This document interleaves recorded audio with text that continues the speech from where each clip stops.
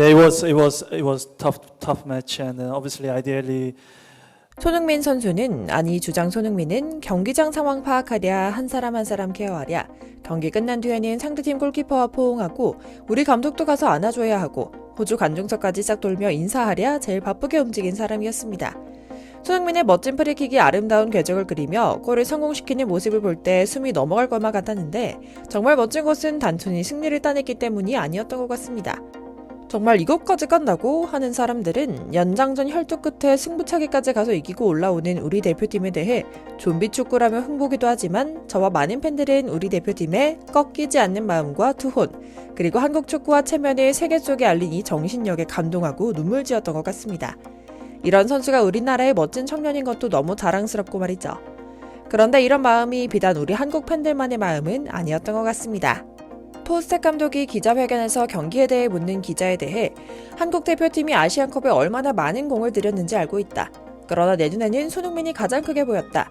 손흥민의 리더십이 승리의 원동력이었으며 선수들이 그의 말을 경청하고 존경하고 있는 것이 보인다. 차기, 늦어도 5년 내에 토트넘 감독이 될 수 있는 제목이다 라고 극찬하기도 했거든요.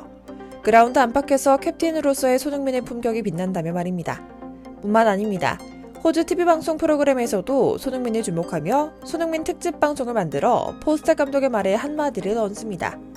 비록 호주가 패했지만 배운 것이 더 많은 경기였다.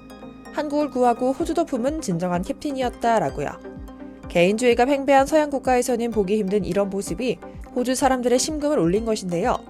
오늘은 손흥민 선수의 따뜻한 리더십과 포용력이 싹 바꿔버린 대표팀 분위기와 함께 호주 현지 언론에서 손흥민 선수에 대해 과연 어떤 이야기를 풀어놓는지에 대한 이야기 이모저모를 전해드리려고 합니다. 잠시 저의 광화문 브리핑 구독 설정도 부탁드리고요. 호주 언론들이 아주 쌩 난리를 치고 있습니다. 자신들의 상식으로는 불가능한 일이라 생각했던 배려, 협동, 리더십이라는 숭고한 스포츠 정신을 몸소 실천하는 캡틴 손흥민이 나타났기 때문입니다.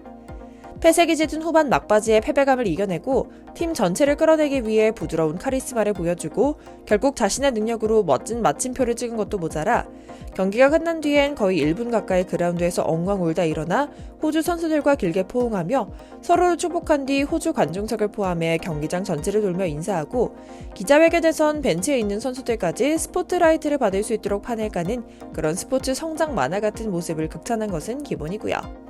캡틴 손흥민의 대표팀에서 뛰면서 힘들다는 것은 핑계다. 우승이라는 하나의 목표만 갖고 나가겠다라는 포부 담긴 발언에도 감동했죠. 경기가 끝난 뒤 진행된 기자회견에서 손흥민은 말합니다. 우리가 원하는 방식으로 승리하진 못했지만 결과적으로 환상적인 경기였다. 이제 하나의 우승컵을 놓고 내 팀이 싸우는데 어떤 핑계나 아픔은 필요 없다. 축구선수 생활 동안 2경기 연속 120분을 뛴 경험은 처음이지만 정신력으로 이겨내야 하는 것이 대회의 묘미다. 내 나라를 위해 뛰는데 힘들다는 것은 있을 수 없는 핑계다라고요.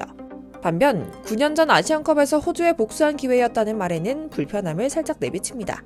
호주전에 대해 복수라기보다는 우리의 목표, 팀이 생각하는 목표만 생각하며 경기에 임했다. 2015년에는 정말 마음이 아팠지만 그런 경험이 있었기 때문에 축구 선수로서 성장할 수 있는 계기가 됐다. 호주 팬들에게 복수라는 말은 너무 상처되는 말이고 나 역시 복수심으로 뛰지 않았다라고 딱 선을 긋는 모습이었죠. 그런데 호주 언론은 바로 이 인터뷰 내용과 기자회견 직전 보여준 손흥민의 멋진 모습을 되짚으며 감동합니다. 손흥민의 리더십과 멋진 인성에 감탄을 금하지 못했던 건데요. 이날 기념비적인 프리킥에 성공해 승리를 거둔 것에 그치지 않고 호주 선수들 하나하나 관심을 주며 마음 쓰는 말을 건넨 것은 물론이고 한국 관중석과 똑같이 호주 관중석도 돌며 인사하는 배려심을 보여줬기 때문이죠. 손흥민이 이런 배려를 해준 이유는 아버지 손흥정 감독의 특별한 가정교육 때문이기도 하다는 것은 이미 널리 알려진 사실이고요. 이렇게 어찌 보면 별것 아닌 것 같은 손흥민의 모습 하나하나가 한국이라는 나라와 한국 축구의 품격을 높이는 작은 감동이었죠. 호주 방송국 ABC 아나운서는 손흥민 특집 방송 나레이션에서 말합니다. 아시안컵 8강 호주와 한국 경기는 경기 내용도 극적이었지만 경기가 끝난 직후부터 진짜 영화가 시작됐다. 조별 예선부터 전경기 풀타임을 뛰고 있는 한국 대표팀 주장 손흥민은 탈진 상태가 되어 그라운드에 쓰러진다. 그리고 오열한다.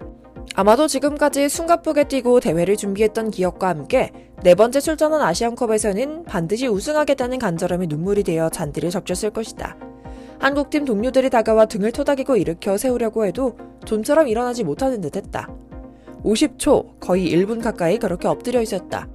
그런데 손흥민의 경기는 아직 끝나지 않았다.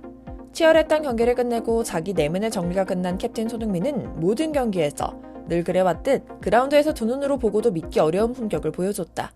호주팀, 한국팀 할 것 없이 모든 선수를 따뜻하게 안아주고 손을 잡아준다. 경기 중에는 승리를 위해 서로 몸싸움하고 밀고 소리 지르다가도 승부가 갈린 후에는 너나 할 것 없이 서로를 격려한다. 특히 끈질기게 공을 주고받고 했던 호주팀 골키퍼와 진하게 포옹한다. 애틋하게 잡은 손에서는 서로의 클래스를 알아본 두 선수의 존중이 느껴진다. 홀로 그라운드를 한 바퀴 돌며 관중에게 인사하는 모습도 아름다웠다. 천천히 걸어가며 손을 흔들고 가능한 많은 관중과 눈을 맞추려는 장면은 언제나 우아하고 고상했다. 이때는 관중들도 너나 할 것 없이 감동한다. 특집 방송을 제작하기 위해 손흥민 선수의 영상을 찾아보는 것은 정말 즐거웠다. 축구에 관심이 있든 없든 호주의 청년과 아이들에게 이 영상을 보여주고 싶다. 한국팀 주장 손흥민의 투혼과 눈물, 동료와의 포옹, 관중에게 보내는 감사까지 지켜보면 마음속에 차오르는 것들이 있을 것이다 라고요. 이제 손흥민은 경고 누적으로 출전하지 못하는 철기둥 김민재 없이 4강 요르단전에 출전합니다. 회복 기간도 짧고 마음고생도 많이 했습니다. 하지만 중요한 것은 꺾이지 않는 마음이라는 투혼의 정신과 선수들을 하나로 묶어낸 리더십은 어느 때보다도 강력합니다. 그리고 손흥민이라는 믿기지 않을 정도로 자랑스러운 우리 대표팀 주장은 스포츠 스타 한 명을 보면 단순히 골을 넣는 모습에서 찾는 즐거움이 아니라 가장 한국인답고 한국인만 할 수 있는 행동과 말을 통해 자부심과 행복을 찾을 수 있다는 희망을 봅니다. 이런 모습을 지근거리에서 하나하나 보고 있어서인지 포스탁 감독이 앞에 말씀드린 것처럼 차기 감독감이라고 점찍었던 것 같은데요. 손흥민의 가장 무섭고도 큰 힘은 이런 모습과 마음이 단번에 그치는 것이 아니라 한결같다는 점입니다. 팀이 잘 될 때나 어려울 때나 늘 팀과 동료들을 위하는 마음을 잃지 않는다는 건데요. 앞서 말씀드린 앵커는 이렇게 말하며 방송을 마무리합니다. 우리라는 단어는 정말 낯선 단어다. 한국에서 말하는 우리는 많은 뜻을 담고 있다. 손흥민이 입에 달고 사는 말이기도 하다. 우리나라에서도 우리의 가치, 우리의 힘이 널리 퍼지길 기원한다 라고요. 실제로 우리라는 말은 우리 한국 팬이 생각하는 것보다 외국에서 훨씬 큰 의미가 담긴 표현이라고 합니다. 개인주의가 젖은 서양에선 더하죠. 다가올 요르단전에서 우리 선수들이 다치질 않길, 멋진 한판 승부 보여주고 결승으로 결연히 걸어가길 응원하며 오늘 영상 마치겠습니다. 광화문 브리핑 구독, 좋아요도 부탁드리고요. 시청해주셔서 감사합니다.